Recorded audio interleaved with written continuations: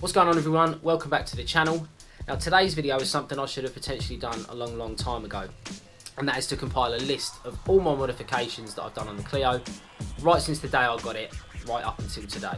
So in the last 2.5 years or so, I've been messing around with the car, doing different modifications and stuff. So I've got a list of them all on here, whether it be big or small, and I'm going to tell you where they were sourced. I'm going to tell you how difficult they were to install or get installed, and the potential use of it as a daily driver. So let's jump into the video.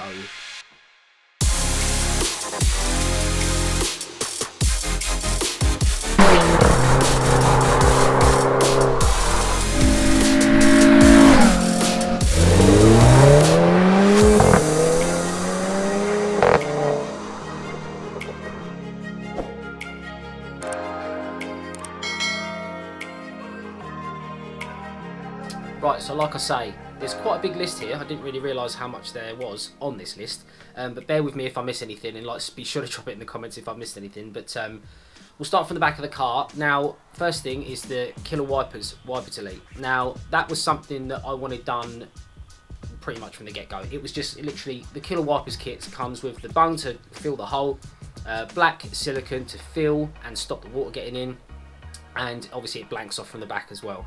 So to remove the wiper itself, you just remove the rear of the boot, then you'll see the motor, then you get the motor out, or you have to take the wiper off obviously first, get the motor out, put the bung in from the back, put the silicone on the bung, put the bung in, and then let it set, and then from the outside go around it again with the black silicone, and then just basically smooth it off and make sure it's all sweet from the outside as well as the inside. There is a link to install it. If you search killer wipers, you'll see on YouTube there how-to guide to install, and it's super easy. But the hardest part definitely was removing the actual motor itself from the back, because of it sat in like some rubber feet.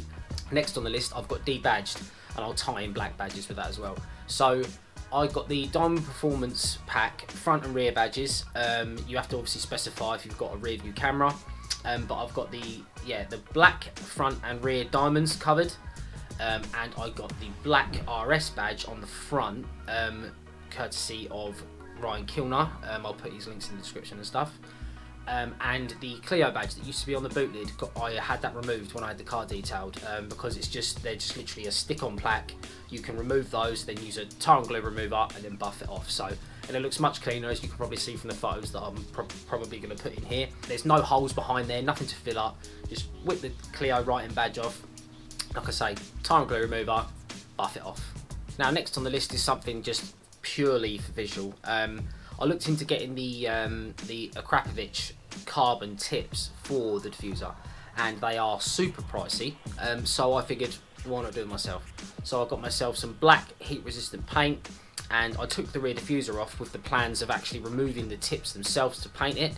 But the bolts where they've been so hot and cold, and like obviously over 5 years, well 4 years or so, they just would not loosen up, and they were going to snap off. So I masked up the actual diffuser itself and painted them on there. Them tips get so dirty from all the parts and stuff that the exhaust makes, especially where I'm running an aftermarket exhaust. So yeah, just nice, quick, cheap and easy modification to do it if you're fairly handy with a rattle can.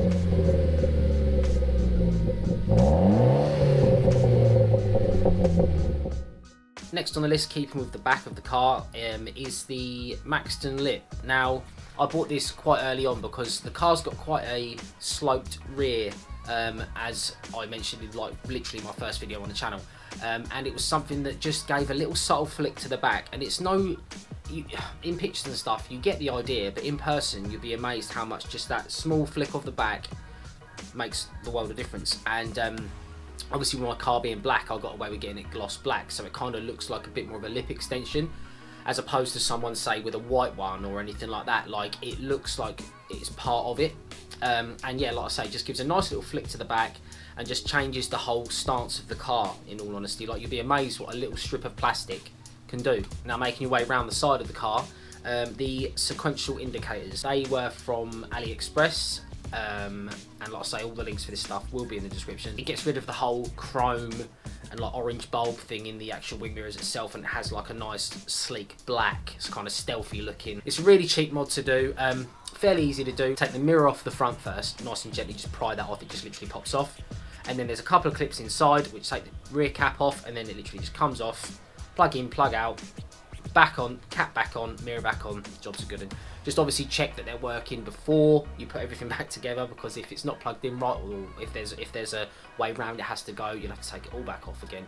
And obviously just be careful, because it's plastic, all of the stuff on there is plastic, and you don't want to break any tabs off or anything like that, because it will just make things creak and make noises that it didn't make previously. So if you use your loaf, it's fairly simple.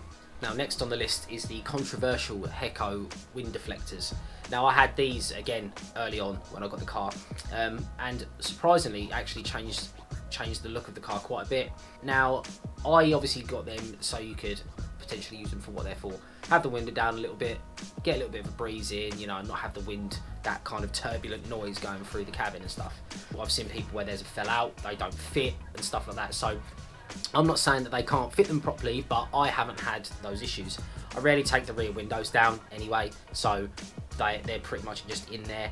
As for the front two, I've had one drop a little bit, but then I just reapplied it and put the clips back in, and it's been fine since. So just make sure they're applied properly, because you will get some water leak if you're washing the car. You'll get some water coming the inside, only dribs, but obviously you don't want water on the inside. I just noticed with the jet wash sometimes water would sneak in there. But yeah, like just make sure the clips are applied properly and the rubber's actually against the window, not that the metal's in between it, because that's where the water's obviously clear its way through. I've had no issues with them, but I know people have had issues.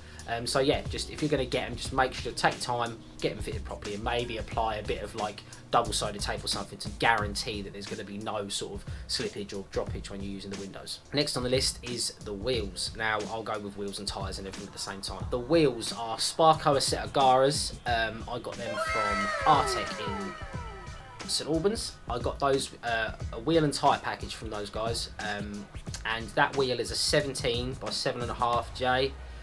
With a ET45 offset, and I'm running a 7mm spacer on the front and a 5mm spacer on the back, just to fill the arches a little bit more. And on those I'm running the PS4, Michilin PS4s with, they're a 215 by 45 17, and I've got the PS4s kind of fit a little weird. I don't know if it's the tyre that I've actually got, or there's a different version of that same tyre or what, but I've kind of got a little bit, you'll probably see from photos, there's like I've kind of got a little bit of stretch, and I don't know if that's rim protection or what, but I don't really want to run a 225 tyre on a 7.5 J wheel. And behind there I'm running the Mtec disc brakes, front and back C-hooks. They were as easy as brakes are to fit, caliper off job, put them on. The rear discs actually come with the bearings and stuff built in, so it's a whole removal job, not like the front, you know, with a good rebar and like a dead blow hammer, you'll loosen up the disc, comes off, disc on, and then on the back is you have to remove the whole unit, you know, all the bearings come off and stuff with it. So yeah, it wasn't a hard job. We made it hard because we did it on a driveway and ran out of light, but we won't go into that. Just bear in mind that obviously with C-hooks and vented discs you will get a little bit of turbulent noise. Doesn't bother me, I only hear it really against like a wall, if I'm driving close to a wall or something like that. And I just replaced the pads with just OEM Renault pads. Now holding that all together, I've got the Pure Motorsport stud conversion kit. Now I had extended wheel bolts on because obviously I'm running spacers. And just for peace of mind and obviously just for ease, just having a stud conversion makes things so much easier to take wheels on and off. You know, you don't have to line the wheel up, especially with a spigot ring and a spacer. You don't have to line the wheel up and try and thread in some bolts. You just put the wheel on the bolts and then put the nuts on the end, and it's just so much easier. I can't recommend them enough. It looks a bit racy as well, so if you're looking to like you make your whole maintenance thing easier and just give you a bit of a cool look at the same time, definitely get into it. It's 100% worth it. And if you're running spacers, it's a little bit safer because obviously the whole wheel bolt, extended wheel bolt thing with spacers is a bit of a touchy subject, you know. Now getting into the spicier stuff, the engine mods. Now as you can probably tell, I'm running the Airtec front mount, I'm running the Airtec turbo cooler, and I'm running the Airtec air filter, air intake. And that was something I purchased quite early on as well because I wanted all of the supporting mods for the map. Now, it's not like you need those for a map. You don't have to do all of those things for a map, but I just wanted the efficiency. I wanted to keep things nice and cool whilst obviously turning things up.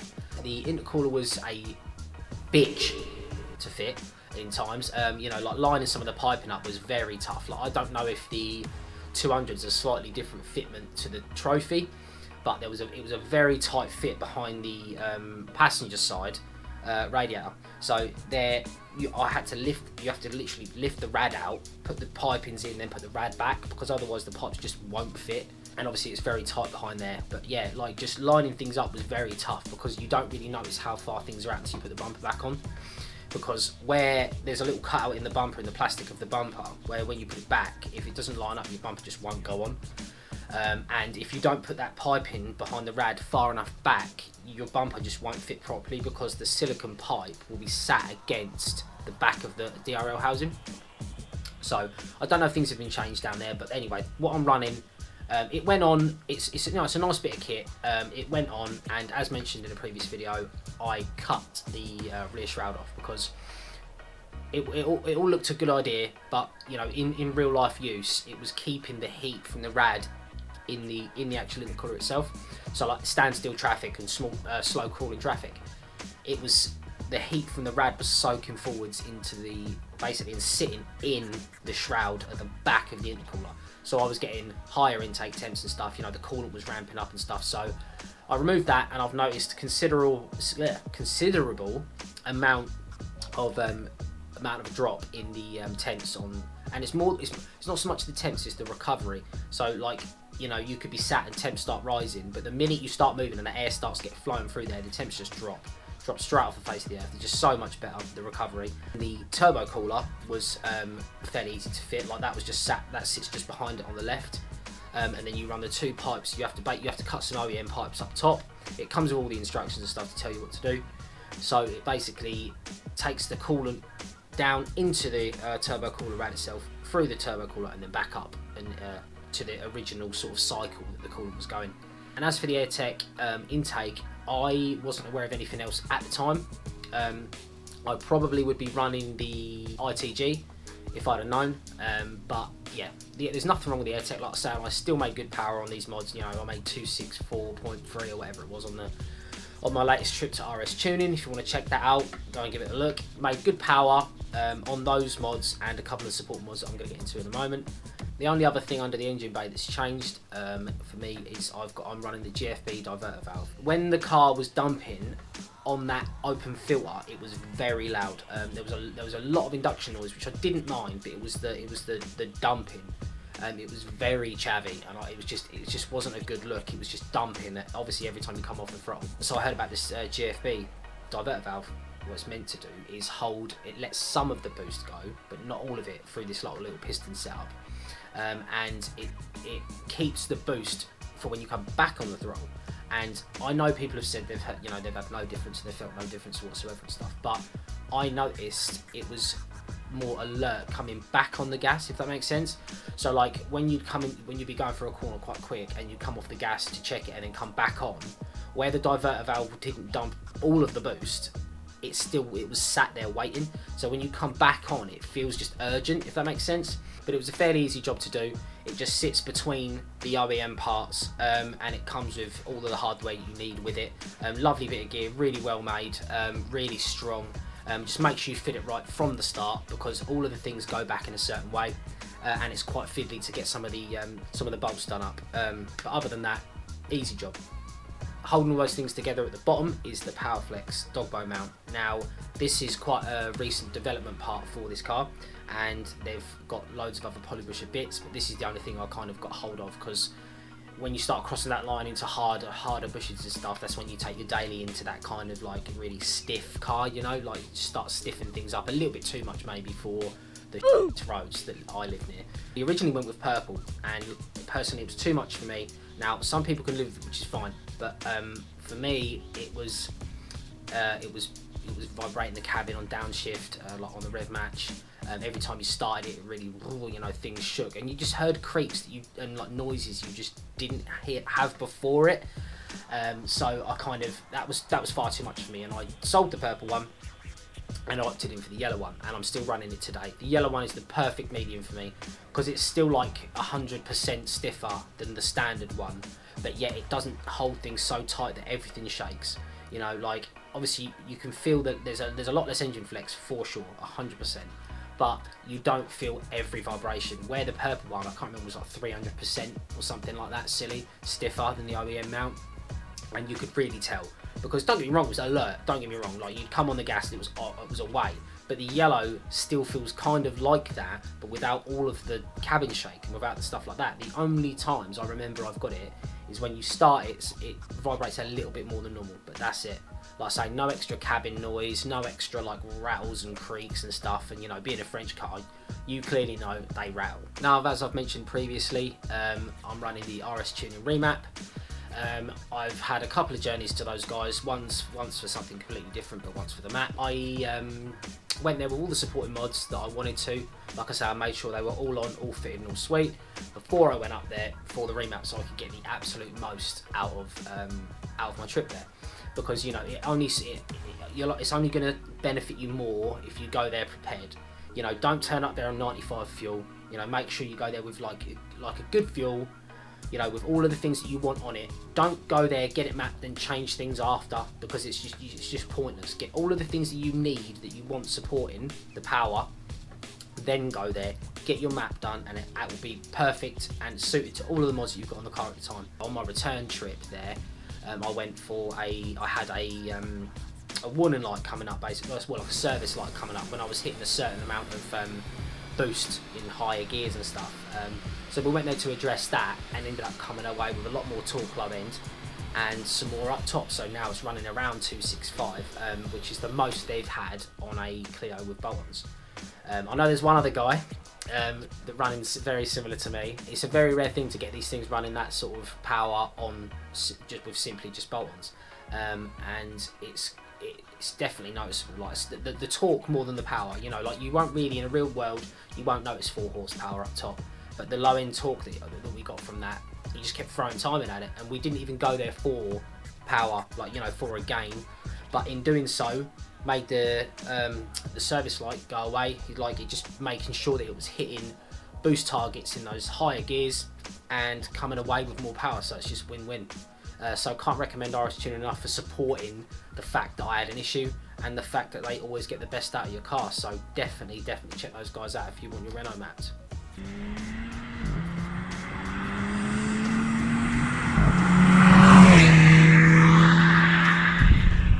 Now the exhaust is something that is frequently asked to me, more than tyre choice, more than bloody suspension choice. You know, what exhaust to get, where to go, blah blah blah. And in all honesty, it's the same. I give the same answer every time. It is all down to personal preference. It depends what you want for your car. I wanted a bit more excitement for sure, but I didn't want it droning and deafening in the cabin and stuff, because I do occasionally, like every 6 weeks, I'll do like a 200-mile round trip. It's something that really I wanted to get right straight away, no messing around.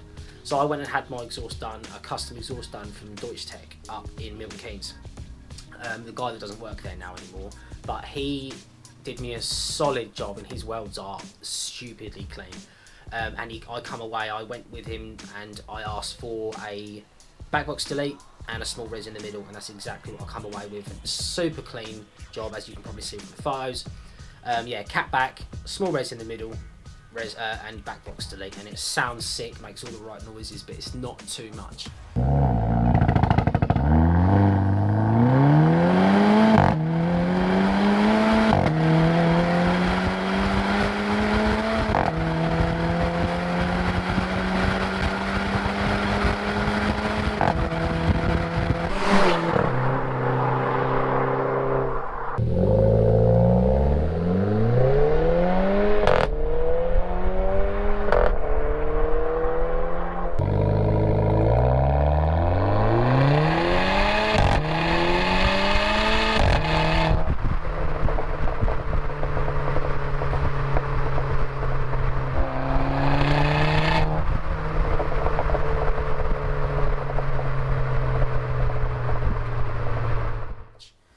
So like I say, down to personal preference, and you can get yourself a decent exhaust, but just make sure you buy right the first time. Don't buy something cheap. Buy something good that people rate, that people have been running, that have done the miles. It all depends what you want from your car. If you want a bit more noise, people normally just chop the res out in the middle, which is perfectly fine. But I wanted that, you know, as much natural flow as possible.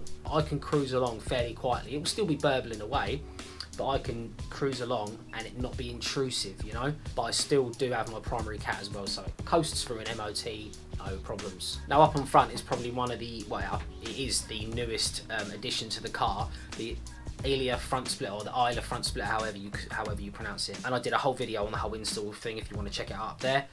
But that came all the way from Germany and it arrived primered, so it was a case of you getting it painted or wrapped. So I got it wrapped in a matte black, and I got it, well, I installed it with a friend. He managed to get a workshop for the afternoon, so we went and installed it there. And it was a bit of a sod because it's fiberglass, so you can only flex it so much without feeling awkward, like you're going to snap it in half. Snap it in half. Snap it in half. But yeah, once it was wrapped and put on and stuff and get the tabs in place, it was a fairly easy job. And then the black seal around the back to make sure everything's sweet, but just be careful, like I say, it doesn't bend like a normal plastic, you know, it's a front splitter and stuff, and it is quite low. Like I'll put a picture in here, like when you go over speed bumps and stuff. I'm on coilovers, so you just need to remember that you've got it. Don't forget that you've got it and go over a speed bump like you used to. The hardest part was probably removing the actual rubber lip, the standard rubber lip that was on there. That was on all the original tab. Obviously there's tabs that has to come through, but not only that, there's like these little metal clips. You have to clip all them off and stuff. But yeah, well worth it, because as you can see by the final picture, it's probably my second favourite mod on the car. Like visually, it's just changed the car so much. Probably now a good time to get into the suspension. So I'm on the B14 Bilstein coilovers, and they've been great for me so far. You know, they don't go as low on a trophy as they do on a 200. I'm not quite sure why that is. I'm sure someone will inform me. But my car, all the way down on the back, is how it sits now, without the stoppers obviously being removed. So that's as low as they can go on the back, and then I've just had the front to match, because the cars come with a standard kind of opposite rake thing, and I'm just not into it. It just looks like it's doing a wheelie all the time. So I kind of went for the natural lower front end, higher rear end and stuff. So on the front I've got it down, I think I've got about 5-6 mil left to go down on the front, but the backs are absolutely capped. Now I was going to go for springs, but I couldn't get a definitive answer if the trophy would go low enough on springs. Not that I wanted it decked or anything like that, but like to have it to sit flush, you know, to sit nice on an aftermarket set of wheels. And I was concerned dropping to a 17 from the standard 18, the springs might not be enough. We've got them installed and had them set in on when I was running the 18s actually, and they were spaced as well. And then when I dropped down to the 17s and stuff, no adjustment was needed. It just sat perfect. Like I say, as low as it can go on the back, and like 5-6 mil left on the front. And that's exactly how it sits now with the front splitter and stuff. And it doesn't scrape, and it doesn't, like, you don't get tyre rub on the back and stuff. You get a little bit on full lock on the front, but you rarely in full lock. You know, the only time I've ever heard that scrape was literally backing into RS tuning to go on the dyno. That's it really. So if you've got the money to get coilovers, definitely recommend it, because you'll get the look you want, guaranteed. I'm not saying springs won't, and obviously the standard suspension is great in these cars. If it's too low, you can pull it up. But whereas if you get springs, once they settle in, that's as low as they go. So yeah, so the B14 Bilstein coilovers, rated. Now onto a more subtle mod. I had the front lights and the DRLs tinted. Now the front headlights are quite big, and they've got a lot of chrome in. And I looked into getting, you know, like maybe potentially pulling them apart and painting the inside and stuff, but it was just a lot of ag at the time. And I thought, just to see if I like the whole look of things, that I'd get them tinted. It just takes away some of the intensity from the chrome of those front lights, which I'm a massive fan of, you know, like, and the DRLs to match, obviously. Just the whole, like, a lot of the car being black, but having the accents here is just perfect. So having the, like I say, some of the chrome intensity pulled out of the headlights was just perfect, and it just looks so much like sleeker and a bit stealthy with it. But like I say, cheap, easy mod. Now a bit of a controversial move, I'm aware. I removed the trophy plaque from the front blade. Now I know it's an OEM part and stuff like that, but it just looked cheap and tacky in my opinion. and it was like where it was a sticker, you could see like the outline and stuff, and it was just really let the car down, I feel. And where I had the Airtec front mount, I had the Airtec writing and then trophy there. It was just 2 red writings, and it just didn't look right. So I just had that removed when I had it detailed, and then had it tar removal and then buffed off, and you can't even tell it was there. Now the last exterior mod I'm getting into today, I say getting into, that's all I've done, is gel plates. Now I had those done at Full House Customs. You just send them basically that you actually own the car, proof of that you own the car. Really well priced and a really good quality item. Super easy to fit, comes with stuff if you want to use it to fit. Gel plates so they can actually curve slightly on the front, which looks great, and obviously just a way cleaner look, and you can get rid of that Euro bit on the end of, you know, that you have on your number plates and stuff. So nice subtle little mod, super easy fit, and just, you know, just makes things look a little bit cleaner and a little bit smarter. Now there really isn't much to get into on the interior of the car. I had the RS monitor installed fairly recently, so if you want to check that video out, it's up there. I had a OBD II Gauge with a little vent, like a vent mount as well. I had that, and I was running that for a little while as well because I didn't have RS monitor originally. And I was told it wasn't possible, so I just was like, right, okay, so OBD II Gauge it is. Got the AEM OBD II Gauge, running a little extension and running all the wires hidden up in the all behind all the plastic, so it looks fine. It looks pretty smart, to be fair. And yeah, I run that gauge on the right side pod, and it's like quite a subtle mod, in all honesty. You don't really notice it much until you kind of sit there and be like, oh, there's a dial there. But yeah, I was going to remove it when I had RS monitor installed, but RS monitor has parameters, so like it won't show intake temperatures under 20 degrees, and the OBD II Gauge shows it all the way down to whatever it is. So in these cooler temperatures, you can actually tell how hot and how cool the temperature, your intake temperatures are and stuff like that. There's a lot more on that gauge, but that's what I have it on in these colder temperatures, so I can tell how different the intake is to the actual temperature outside that's being shown on the RS monitor. So there's a couple of things. The RS monitor is obviously a better all-round information panel, don't get me wrong. You know, it tells you a lot more. It tells you your boost, and tells you your engine RPM and your G-force and bloody 0 to 60 and everything. But like, this gauge obviously was running before the RS monitor, and it just definitely gives more detail. The things that it does do, it gives more detail on it for sure. Like when I started up earlier, it was 4 degrees intake temps, whereas RS monitor, every gauge was off the back, where none of them had woken. So yeah, that's about it really on the interior. Like I said, I haven't really done a lot in there, mostly exterior and actual performance mods. Now I know it's been a fairly long video, and I appreciate it if you've stuck around right to this point, but obviously you're going to sift through the video and find the bits that you want, and find the bits that are relevant to you and what you want to do to your car. So hopefully this massive list of stuff that I didn't realise was actually that big, of things I've done to the car, will all be listed in the description and stuff, so you can find them easily. And if it's something you want to get done, don't hesitate to message me on my Instagram handle, or down in the comments, drop it in the comments and stuff. I'm always trying to interact with people down there and just keep the channel progressing. Again, appreciate all your support up to this point, and if you have a friend that's looking to, you know, kind of potentially get into this whole realm of modifying Clios and stuff, just make sure you pass this channel on. Hopefully they find this insightful and stuff, and they actually get some information that they need, because I know the internet's a wild place out there for information and misinformation. But yeah, like I say, any questions, don't hesitate to ask, and I hope you enjoyed the video. We will be going outside more, but we just got to let Roni settle, and I'll catch you in the next one. Peace.